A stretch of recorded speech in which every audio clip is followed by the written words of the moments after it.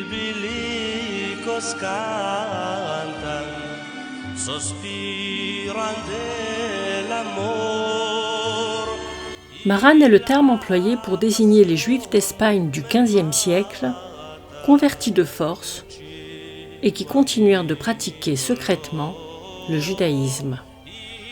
On a l'habitude de penser que Marane signifie converti, et on sait aussi que ça concerne les Juifs d'Espagne. Mais la traduction du mot Marane, marranos en espagnol, est porc, cochon. À cette même époque, dans les îles Baléares, les Juifs convertis étaient désignés de chuetas, qui en ancien mallorquin signifie aussi les porcs. Marane, porc, est donc le surnom donné aux Juifs soi-disant convertis, exclus d'Espagne à la fin du XVe siècle par Isabelle de Castille ou Isabelle la catholique. Et la question qui se pose est: pourquoi les Juifs ont-ils été désignés ainsi ? Naturellement, la première idée qui nous vient à l'esprit est que ce surnom est donné pour avilir, pour humilier. Rappelons qu'en ces temps-là, de l'Inquisition espagnole, Isabelle de Castille, conseillée et encouragée par Torquemada, avait pour objectif l'hégémonie religieuse et souhaitait pour ce faire convertir les Juifs au catholicisme.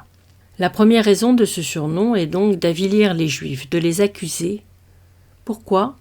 Parce qu'ils ne reconnaissaient pas le christianisme. Notons par ailleurs que, 3 siècles auparavant, on avait commencé à construire les cathédrales en Europe. Sur certaines d'entre elles, surtout du côté germanique, ont été retrouvées des sculptures appelées Judenzow, qui étymologiquement signifie la truie du juif ou le cochon du juif, qui représente un lien insolite entre les juifs et le porc. Comme quoi, je vous invite par ailleurs à visualiser une vidéo enrichissante et instructive sur le sujet, intitulée « Haine du juif au Moyen-Âge dans l'art occidental ». Là aussi, bien sûr, l'objectif est de dépeindre le juif comme un être vil et dépravé, afin d'influencer l'opinion en faveur du christianisme et contre le judaïsme. Encore une petite digression qui vient corroborer ce mode relationnel.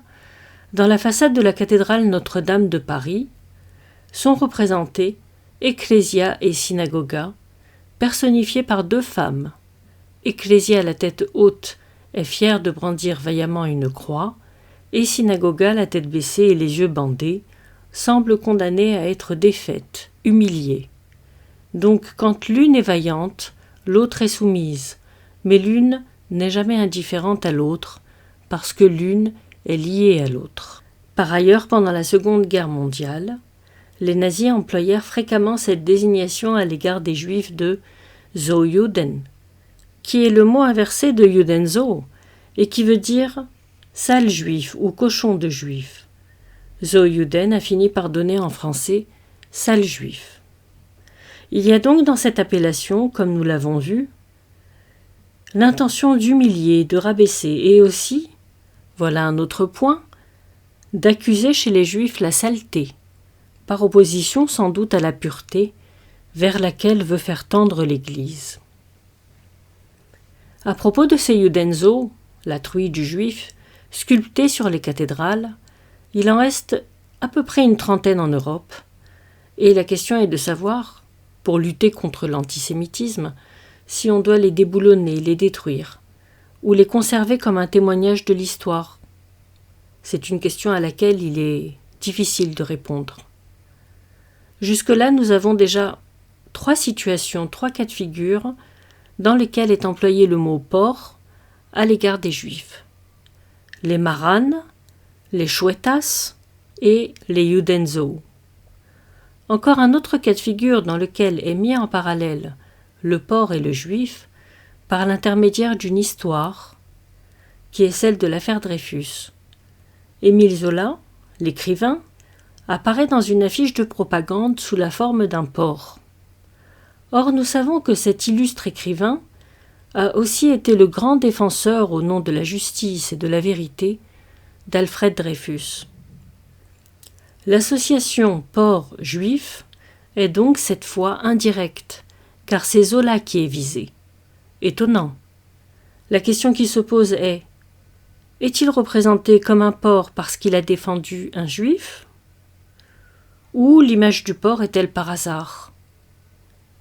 Avec toutes ces situations qui se répètent, avouons qu'il est difficile de s'en remettre au hasard. Passons maintenant à un autre point. Qu'est-ce que le cochon symbolise chez les Juifs? Nous savons que le cochon ou le porc est interdit à la consommation et qu'il fait d'ailleurs partie des grands tabous alimentaires, si l'on peut dire, dans le judaïsme. Nous savons aussi que cette interdiction est loin d'être la seule. Il y a beaucoup d'autres animaux interdits à la consommation comme le lapin, les reptiles, les félins, certains volatiles, certains poissons, les fruits de mer, certains mélanges, etc. Mais l'interdiction de consommer du porc est particulièrement importante et nous allons voir par la suite pourquoi. En attendant, désigner les Juifs de Maran, ou autrement dit de porc, et mettre en rapport le juif et le cochon, parfois avec des symboles charnels, pour indiquer son impureté, voire sa lascivité, n'est là que pour indigner, pour heurter la communauté juive, chez qui l'on se garde même de toucher un cochon. Rappelons que tout au long de l'histoire, cet interdit est demeuré infranchissable, et comme le rapporte l'historien Simon Dubnov, des gens sont morts pour avoir refusé d'en consommer. Il y a alors, dans ces sculptures du cochon et du juif, parfois obscènes, une provocation intentionnellement virulente à l'égard des juifs, et ça n'est d'ailleurs pas une nouveauté. La troisième et dernière explication qui va être donnée est en quelque sorte la raison d'être de cet exposé. Le judaïsme n'a jamais permis la consommation du porc. Le christianisme, oui, et il a abrogé cette loi dès sa naissance, avec l'apôtre Paul de Tarse. Plus globalement, 3 lois ont été abrogées. Elles sont les suivantes: l'observance du Shabbat, la circoncision et l'interdiction de consommer du porc. Le christianisme, qui a commencé à exister seulement 30 ans après la mort de Jésus, fit voir ces 3 abrogations comme les 3 signaux de démarcation entre juifs et chrétiens, ou plus précisément judéo-chrétiens. Rappelons par ailleurs que les chrétiens ou les judéo-chrétiens, qui étaient les premiers chrétiens, étaient considérés par les Romains comme une branche ou une secte juive jusqu'à l'an 130. Chose qui montre encore combien l'identité chrétienne s'est forgée plus lentement que ce que l'on croit. Résumons que les Juifs qui continuaient de pratiquer ces 3 lois, le Shabbat, la circoncision et l'interdiction de consommer du porc, lançaient de fait un message de démarcation des chrétiens qui implique la désapprobation du messianisme de Jésus. Rajoutons qu'en résultat et tout au long de l'histoire, ces 3 lois ont servi de fait de repère de l'identité juive lorsqu'elle est mise en rapport à l'identité chrétienne. D'où l'importance de l'interdiction de consommer du porc. Ainsi, ceux qui ne reconnaissaient pas le messianisme de Jésus étaient en proie à des menaces et à des persécutions qui ont été perpétrées jusqu'à l'époque moderne. Ils étaient aussi en proie à des railleries et à des humiliations. Or, il n'était pas aisé de railler sur l'observance du Shabbat, liée au temps, mais qui a donné aussi libre cours à toutes sortes de fantasmes, ni sur la circoncision, sinon en critiques verbales acerbes qui n'ont pas manqué. Par contre, sur l'interdiction de consommer du porc, qui est plus quotidienne, qui fait partie de la table, les railleries pouvaient se faire par de nombreux moyens, tant verbaux que visuels, dont celui d'associer le juif au porc, reconnaissable ici au chapeau pointu. Et ces provocations déclenchèrent inévitablement un sentiment de heurte quant à la croyance juive. Nous retiendrons donc que le christianisme a abrogé la loi de l'interdiction de consommer du porc et que cette abrogation a entraîné une démarcation plus visible et palpable entre juifs et chrétiens. Ainsi, de confronter le juif au porc en le surnommant de marane ou chouettasse, et en le représentant avec un porc ou une truie, jusque dans les cathédrales, est une accusation de la part des chrétiens qui ne tolèrent pas le refus de la foi chrétienne de la part des Juifs, vu qu'ils n'abrogèrent jamais la loi de l'interdiction de consommer du porc.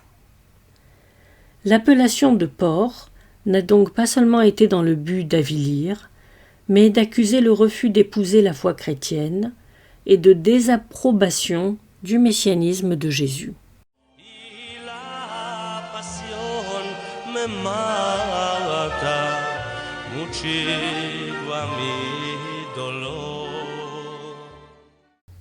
Bien entendu, tout cela fait partie du passé, espérons-le révolu, d'un passé d'ailleurs moyenâgeux.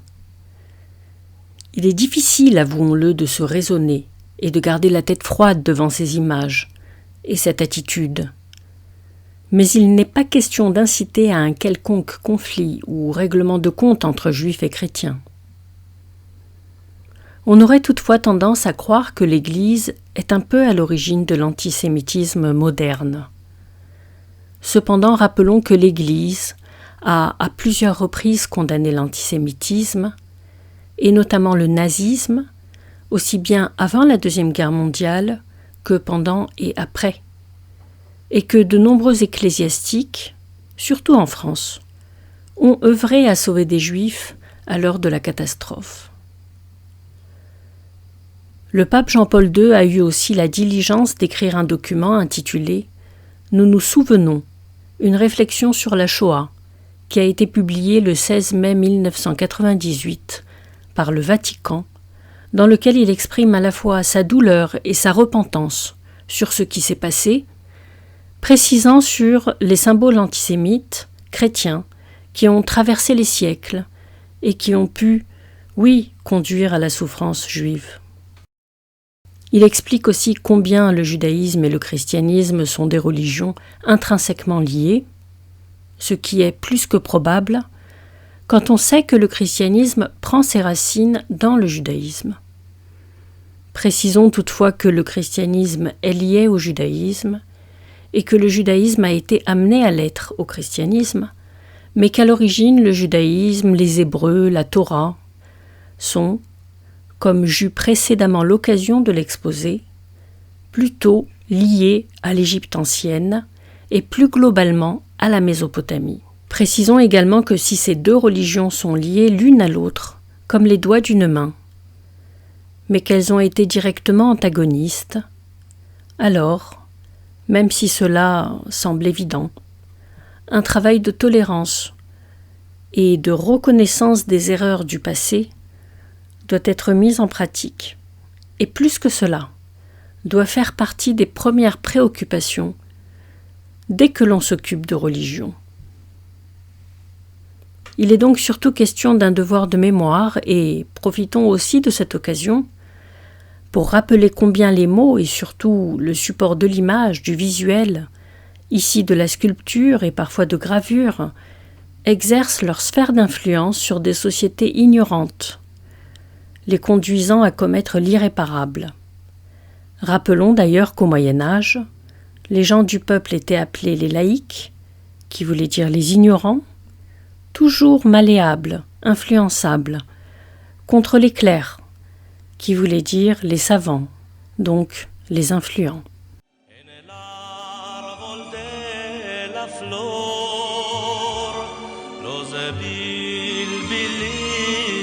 Cantan en el árbol de la flor, debajo se asentan los que sufren del amor, debajo se asentan los que sufren del amor.